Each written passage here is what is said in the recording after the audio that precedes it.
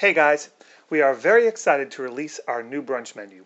Everyone in the kitchen has worked really hard making new recipes, selecting new equipment, and developing all of the processes to get this food out. We're starting to spread the word, so now it's up to you guys to make sure that you deliver a great experience for the guests. Most of you have tasted most of the food, but as we have changed a lot of the things during development, it's been hard to keep each and every person up to date with the very latest. So I'm doing this quick video to show you where we are right now. Things are continuing to evolve though, so there may be some more updates in the future. Let's get started. The menu, by the way, is up at varasanos.com if you'd like to follow along that way too. First, the new appetizers. This is the antipasta platter. Pretty much this picture says it all. We took a lot of the ingredients that we use in our pizzas and combined them into a little tasting plate. Starting at the top left, we have Parano cheese topped with caramelized onions. The Parano is a sharp Dutch cheese with a bit of a nutty flavor. The caramelized onions are simply onions slow cooked for about 2 hours in olive oil. Next, in the center, we have a mini caprese salad. Caprese is simply the combination of fresh basil leaf, tomato, and mozzarella. Here we're using the fior di latte mozzarella, which is the cow's milk mozzarella that we use on the Nana's pizza. Next, we have a basil leaf topped with roasted red peppers and a few hunks of Parmigiano Reggiano cheese. This is the hard cheese that we import from Italy. The next row has got arugula and sun-dried tomatoes, and then we have a spinach leaf topped with sweet gorgonzola, and finally we have green and Kalamata olives. The whole thing is served with a slice of oiled bread. We may occasionally mix up the ingredients if we have more than one thing rather than another. The menu doesn't list out every single item, so we're okay to do that. This is the standard plate though. Next, we have 3 crostini. Crostini just means toasted bread in Italian. By the way, all of our breads are simply pizza dough. We just shape and bake them in a variety of ways. Next, we have the crostini, which just means toasted bread. By the way, all of our breads are simply pizza dough. We just shape and bake them in a variety of ways. The first crostini is the caprese. The bread is topped with olive tapenade. Tapenade is just ground Kalamata olives, just mixed up with a few capers, that's all. You can put garlic and some other things in it, but ours is pretty simple. It's really pretty much just ground olives. Next, it's topped with basil, fresh sliced tomato, and mozzarella cheese again. It's melted down and then topped with grated Parmigiano Reggiano cheese and olive oil. Next up is the bruschetta. Bruschetta is a very simple mixture of chopped tomatoes, garlic, grated cheeses, and herbs. Mostly the herbs are parsley with a little bit of oregano. While the bread is toasted, like all the other crostini, the tomato mixture on this one is served chilled and fresh. This one is the mushroom crostini. First, a combination of cremini and shiitake mushrooms are sautéed in butter and oil with just a bit of Madeira wine. Madeira is a Spanish fortified wine. The mushrooms are finished with the herb called thyme. On top of the mushrooms we put Parano cheese and then we put it in the toaster and melt the whole thing down. Finally, it's finished with just a little bit of parsley and paprika. Next we have the garlic bread. It's listed on the menu as an add-on to the pastas, but really anyone can order it at any time. It's just like a crostini.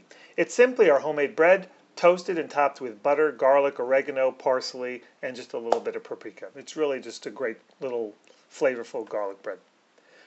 Next we have the meatball sliders. The meatball sliders are little mini sandwiches. It's a single meatball served on fresh baked bread. Again, this bread is just pizza dough that's been cooked as a flatbread and cut into buns. Many customers have asked me what's in the meatballs. One traditional way of making meatballs is to mix together beef, pork, veal, and lots of customers assume that that's what we're doing. Many people think that you have to do that to make a really flavorful meatball. But actually, our meatballs are 100% pure beef. We already have a lot of pork on the menu with all the cured meats that we have, and since many people don't eat pork, I really wanted to have a menu item that would be just all beef, no pork, no veal. The meatballs are mixed with garlic, breadcrumbs, Romano cheese, parsley, a few other things, then baked and allowed to slow cook in a tomato sauce for many hours. The sliders are $2.50 each or 4 for $8.50. When they order 4, we also include a ramekin of extra sauce. Next up we have the pasta. Penne is a short tube, and the farfalle is a bow tie. These two are regular wheat pastas imported from Italy. We also have a gluten-free corn pasta. We've only got that in this one seashell shape though. So just tell the customers that if they order a pasta that specifies a shape like the farfalle with shrimp, but if they switch it to the corn pasta, it's going to come out as the shells. I don't think they're going to mind. I'm just kind of pointing it out. The texture of the corn pasta is just like the wheat-based pastas. It's just got a slight corn back flavor. It's actually pretty good though. I've had it. It's pretty impressive as a gluten-free option. The pasta dishes are priced slightly lower at brunch and are slightly smaller than the full-size dinner versions. The first pasta is the Sunday gravy. It's made in a very, very traditional Italian way. We use the very best tomatoes, the ones that are imported from the San Marzano Valley in Italy. Then we slow cook our meatballs for many hours. It's tossed then with penne pasta, parsley, and Romano cheese, and topped with olive oil. It's just a great dish. However, this dish cannot be made gluten-free like the other pastas are because the meatballs themselves have breadcrumbs already baked in. Next we have the farfalle with shrimp. This is the bow tie pasta tossed in cream and Parmigiano Reggiano cheese and then flavored with a lot of parsley and a lot of lemon. These two really brighten up the dish. This sauce is great actually with or without the shrimp. The menu of course calls for the shrimp, but if someone wanted a great pasta sauce without the fish, it's something that you might want to recommend. Just take like $5 off the price. Just get a manager to do that for you and you can just ring it up. It's just a great lemon cream sauce. The Pomodoro with sun-dried tomatoes.